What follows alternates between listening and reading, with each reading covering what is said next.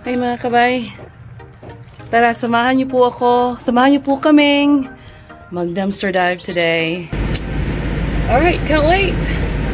Mga kabay, may mga truck pala dito. So, mag-aantay muna tayo before mag-dive tayo kasi kailangan kapag magda-dive tayo, walang mga taong makakakita sa atin. I've been dumpster diving almost 1 year now. Ito yung isa sa pinaka pro tip ko. When you get into the dumpster, make sure walang tao sa paligid or walang delivery truck na nakapark para mag-deliver ng mga goods and merchandise tindahan. If any way possible, go at times na hindi busy. Mga kabay, nakita na yung isang bagay na yan. Yan ay papupunta na po yun sa basurahan. Silipin natin mga kabay. I'm hoping may laman.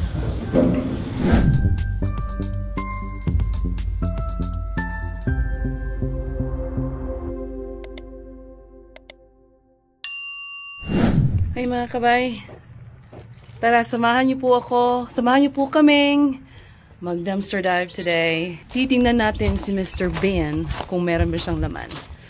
Kahapon, nag-dumpster diving din kami. At, not so good. It was almost bulky, pero meron pa rin laman, pero napakaliit po.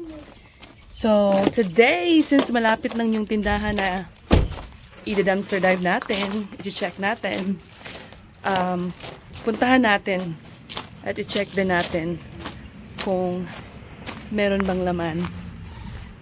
So, before we leave, pinapati muna nila yung doggy nila, si Yoyo. Make sure he pees and poop before we leave and that he don't pee and poop inside my car. So, tingnan po natin.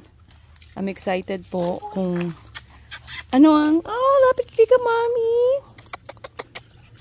Hey, Yoyo! So, tingnan po natin si Mr. Bean kung meron ba siyang laman. Alright po, i-update ko po kayo. Hoping meron tayong makukuha. Alright, pasok na tayo sa sasakyan para we'll be on our way. Alright, you guys buckled up already? Yep. Yeah? Where Yo-Yo at? Oh, there he is. Mommy, I'm burning now. I know, we're fixing to crank it up. Alright, mga kabay.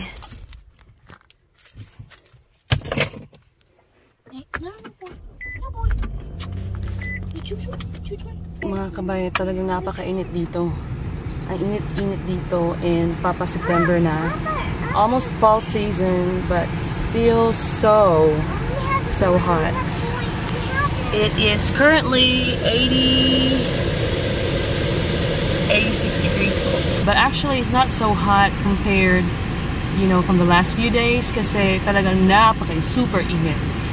Minsan umaakit sa 90s, upper 90s. For today, still napakainit pa rin pero at least it's on the 80s. I'm hoping na meron tayong makuha. Ilalak muna yung gate. Meron kaming mga kapitbahay na hindi siya desirable na mga kapitbahay. What I heard, yung kapitbahay namin doon sa sa bandang dulo eh daw ganito. So, I don't know. That's why we lock up every time we leave the house. Alright, can't wait! Blinking lights na po siya kasi we are fixing to cross by the school at papalabas na po yung mga estudyante dito sa eskwelahan namin. Our local school po dito. Malapit lang po kami. We're about 3 minutes away galing sa bahay namin to the school here. Ito yung school ng mga like kindergarten, yung mga pre-K schoolers. Tsaka yun yung high school at yung doon sa dulo ay yung mga elementary. At tsaka across here is a doctor's office. Yun. Dun yung pumupunta yung mga anak ko kung may sila appointment sa doctor. So, ito yung primary school nila or elementary school. At dito yung ating tindahan po na kinukunan natin ng mga kayamanan kasi tinatapon lang nila. Mga kabay, may mga truck pala dito.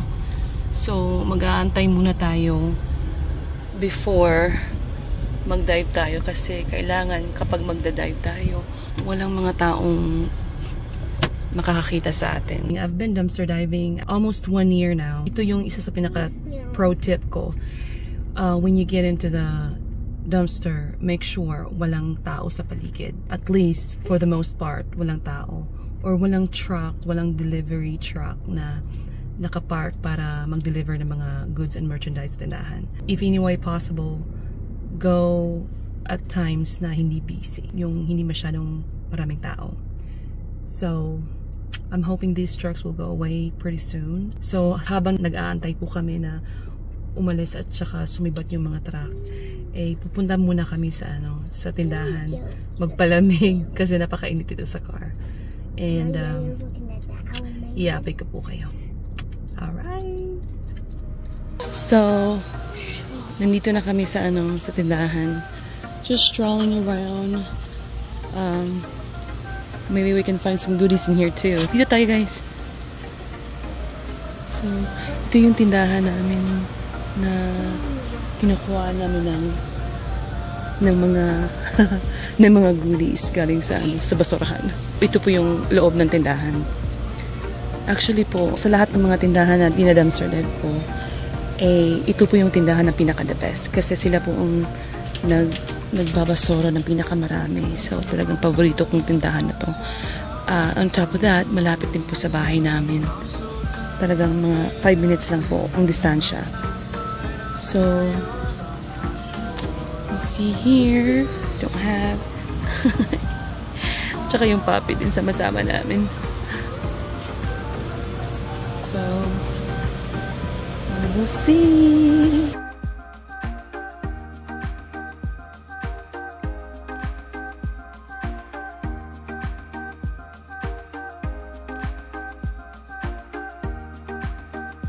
Mga kabay, meron pala akong i-share sa inyo.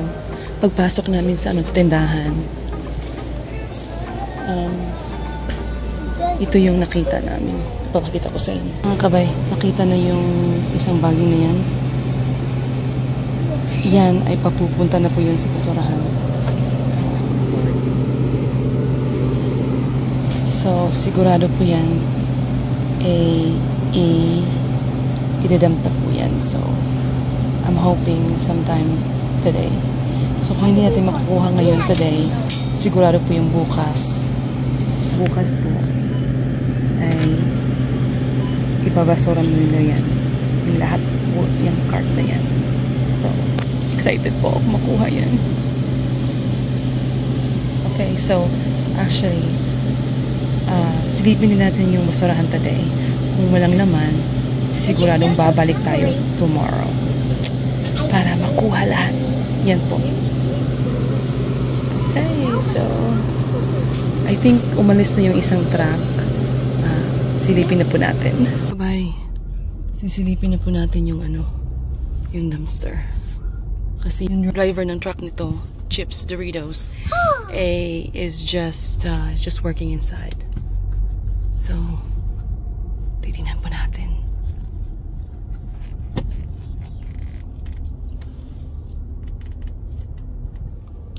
Yung natin, dumpster. Tingnan natin.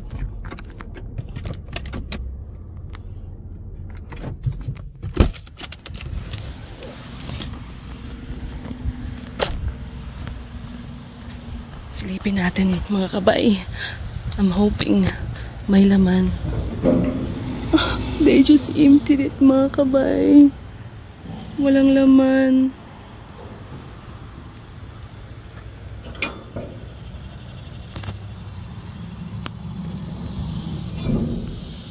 Nalina po ba kayo?